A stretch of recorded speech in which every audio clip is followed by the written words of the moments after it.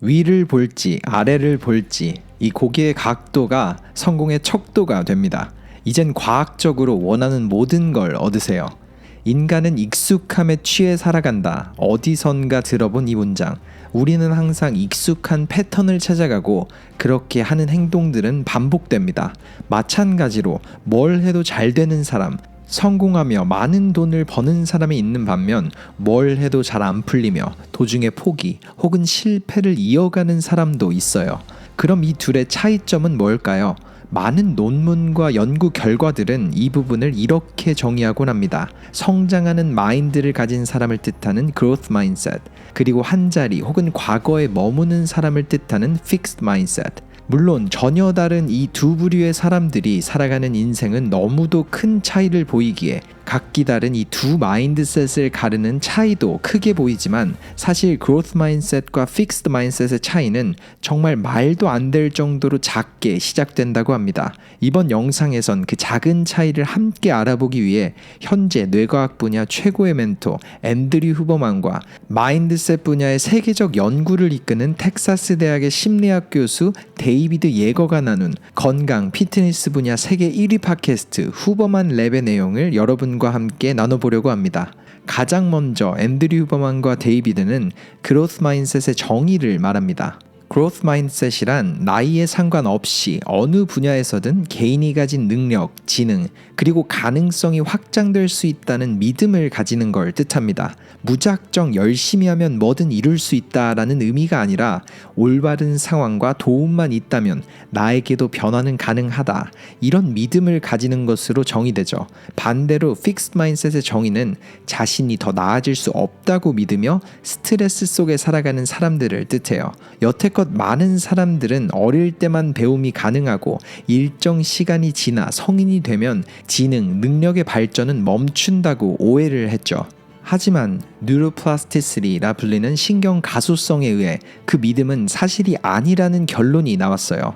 실제로 우리의 두뇌는 고정되어 있지 않고 새로운 행동을 할 때 새로운 두뇌 회로를 만들며 지금도 끊임없이 발전을 하고 있습니다. 즉, 그로스 마인드셋은 나이에 구애받지 않고 누구든 가질 수 있으며 원한다면 더 똑똑해질 수도, 과거와 전혀 다른 삶을 살 수도 있죠. 그리고 앞서 말한 것처럼 이 둘의 차이점은 상상하지 못할 정도로 작습니다. 데이비드는 이 사실의 증거이자 그로스 마인셋의 아주 작은 첫 번째 차이점으로 실패, 좌절 후의 시선의 높이가 다름을 만든 한 연구 결과를 인용했습니다. 20대 후반에서 30대인 대학원생들 중 20점, 30점을 맞았던 학생들을 대상으로 한 연구가 진행됐어요. 이 실험에서 그로스 마인셋과 픽스드 마인셋의 차이는 한 가지, 실패 후 다음 도전까지 무엇을 하는지, 즉 자신의 실패를 어떻게 이겨내는지였습니다. 먼저 모든 학생들은 낮은 점수라는 실패, 좌절을 맞은 후 가장 먼저 자기의 자신감을 회복하기 위한 생각을 했죠. 하지만 이 방식에 작은 차이가 숨어 있었습니다. 픽스드 마인셋 그룹은 자신보다 더 낮은 점수를 받은 그런 학생들을 보며 자신의 자신감을 찾았습니다. 나보다 더 낮은 점수를 받은 사람들도 있는데 뭐 어때? 이런 식으로 말이죠. 하지만 그로스 마인셋을 가진 그룹은 자신보다 높은 점수인 80점, 90점을 받은 학생들을 보며 저 사람들과 내가 다른 점이 뭘까? 높은 점수의 학생들은 했지만 내가 하지 않은 부분이 있을까? 나보다 위에 있는 친구들은 어떤 전략을 가졌을까? 이렇게 자신의 위치에서 위를 바라보며 자신감을 찾아갔죠. 그리고 이렇게 좌절 후 각자가 바라본 고개의 위치는 엄청난 차이를 만들기 시작했습니다. 고개를 숙여 아래를 본 학생들과 자신보다 위를 본 학생들, 이 작은 차이는 얼마 가지 않아 바로 다음 시험에서 드러났습니다. 물론 이 상황이 공부의 경우에만 적용되는 건 아닙니다. 일상 속에서 우리는 크고 작은 실패를 경험하잖아요. 꼭 실패가 아니더라도 좌절의 순간이 옵니다. 하지만 이때 어디를 볼지에 따라서 우리가 도착하게 될 종착지는 달라집니다. 이제부터 이런 크고 작은 장애물 앞 어떤 결정을 하실 건가요? 나보다 아래의 사람들을 보며 자기 위로를 할지, 혹은 내가 나아갈 위를 보며 더 나아질 방법을 찾을지, 고개의 높이가 미래를 결정합니다. 그리고 두 번째로 더 자세하게 그로스 마인드셋을 배우기 앞서 데이비드는 2019년에 네이처지에 실린 한 논문을 인용했죠. 1시간도 안 되는 짧은 시간 동안 그로스 마인셋을 배운 학생들의 변화를 담았는데 25분씩 한 번 혹은 두 번의 짧은 교육이었지만 8개월, 9개월 후 성적은 향상되었고 1년 후에는 교내에서 가장 어려운 수학 교육을 4년 후에는 대학 준비 과정 중 가장 높은 교육을 수료했어요. 단 1시간도 채 되지 않는 시간 동안 그들은 뭘 배웠길래 이런 차이를 만들었을까요? 데이비드는 그로스 마인셋을 배우는 3가지 순서를 말했습니다. 물론 이 순서를 말하기 앞서 듣는 사람의 마음가짐이 중요합니다. 이 대화를 통해 변하고 싶은 마음이 있는지가 가장 중요한 첫 번째 통과 의례죠. 그리고 이 마음가짐이 준비된 사람들은 이 3가지 순서를 따라가면 됩니다. 첫 번째, scientific information, 과학적 정보. 두 번째, 스토리, 다양한 사람들의 그로스 마인셋 스토리. 세 번째, 미래의 나 혹은 누군가를 위한 메시지 쓰기.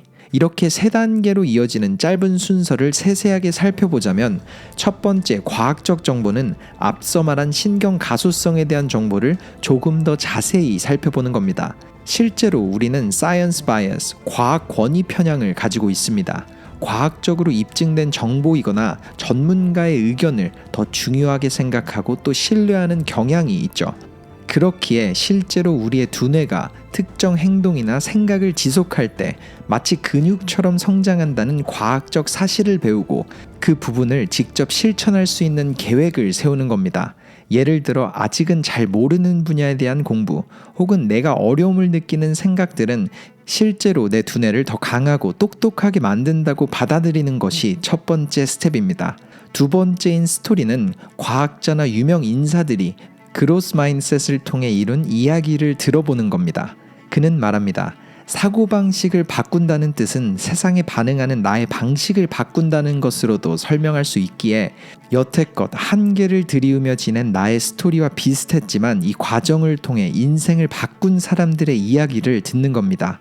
그렇게 그 사람의 스토리를 이해하기 시작하면 우리는 그 속에서 의미를 찾을 수 있고 미래에 겪게 될 상황에도 같은 의미를 부여하며 우리는 변화를 마주하게 될 테니까요. 이처럼 이 과정에서 우리는 수동적인 주입식 교육이 아니라 능동적으로 참여하며 이야기를 듣는 게 필요합니다. 한 이야기를 예로 들자면 모두가 불가능할 것이라고 생각했던 1마일을 4분 안에 달린 로저 베니스터, 그리고 그가 1마일을 3분 58초에 달리자 인류가 깨지 못하고 있던 기록은 불과 2개월 뒤 너무도 쉽게 깨지기 시작했으며 지금은 수천 명의 사람들이 1마일을 4분 안에 달립니다. 실제로 이런 경우는 너무도 많아요. 물론 꼭 이렇게 특별한 케이스가 아닌 주변에 가까운 사람의 경험도 도움이 됩니다. 그리고 마지막 스텝은 짧은 글을 써보는 것. 이 부분은 미래 자신을 위해서 혹은 픽스 마인셋을 가지고 있을 누군가를 위해서 그들을 격려하는 메시지를 직접 적어보는 겁니다. 실제로 우리는 글을 쓸 때 그 안에 감정을 이입할 수 있다고 합니다. 수많은 세계적 작가들이 그랬던 것처럼, 그리고 앞서 말했던 두 번째 방법에서처럼 우리는 스토리 안에서 의미를 찾기 때문이죠. 그리고 이렇게 자신의 스토리를 써내려고 할 때 우리는 위기 앞 어떻게 나아가야 하는지 성장 마인드셋의 패턴을 보게 돼요. 그리고 머지않은 미래의 그 패턴은 두뇌 속에 더 강한 회로를 만들며 우리는 새로운 성장을 한 자신을 보게 되겠죠. 그리고 이 부분을 saying is believing, 말하는 것을 우리는 믿게 된다라고 하는 데이비드. 이 효과는 인지 부조화의 한 종류입니다. 쉽게 말해 자신이 누군가에게 이야기를 하면서 동시에 자신이 말하는 그 메시지를 믿게 되는 한 가지 심리적 현상을 뜻하죠. 그 이야기와 자신의 신념이 일치하도록 조정하는 경향이 있거든요. 즉 과학적 정보, 누군가의 이야기, 그리고 내가 직접 쓰는 스토리, 이렇게 3가지 순서의 반복을 통해서 그로스 마인셋의 세팅이 완료됩니다. 그리고 앤드류 후버만은 이렇게 말했습니다. 결국 그로스 마인셋의 핵심은 상황에 반응하는 나의 방식을 바꾸는 것이라고 설명할 수 있습니다. 그리고 그게 나를 더 나은 사람으로 만들어가는 관점이죠. 예를 들어 중요한 일 앞에서 스트레스를 느낄 때 이건 내가 실패할 거라는 신호야 라고 느낄지, 혹은 내 몸이 스트레스를 받으며 준비되고 더 예민해지면서 잘 이겨내게 만들 거야 이렇게 느낄지는 개인의 선택이잖아요. 이처럼 실패 후 위를 보며 다음 스텝을 준비하고 내 앞에서 펼쳐지는 모든 상황들이 나를 위한 일들이라고 느끼며 그렇게 말하는 대로 믿고 나아가세요. 마지막으로 결과가 아닌 행동에 칭찬하며 나아가는 것이 진짜 성장을 위한 생각 방식입니다. 이번 영상 속 두 멘토의 메시지가 어떠셨나요? 소수에게만 허락된 특권처럼 느껴지고 또 내 위치와는 멀게만 느껴졌던 성공하는 마인드셋. 하지만 그 차이를 만드는 시작은 실패 앞 우리가 고개를 드는 각도 혹은 1시간도 안 되는 연습의 반복에 있었습니다. 물론 이 반복이 쉽지만은 않을 것이라고 말한 두 멘토. 하지만 천리길도 한 걸음부터라는 말처럼 지금 당장 바꿔보는 건 어떨까요? 잃게 되는 건 하나도 없습니다. 이 방법은 거짓이 아닌 과학적 사실이기도 하고요.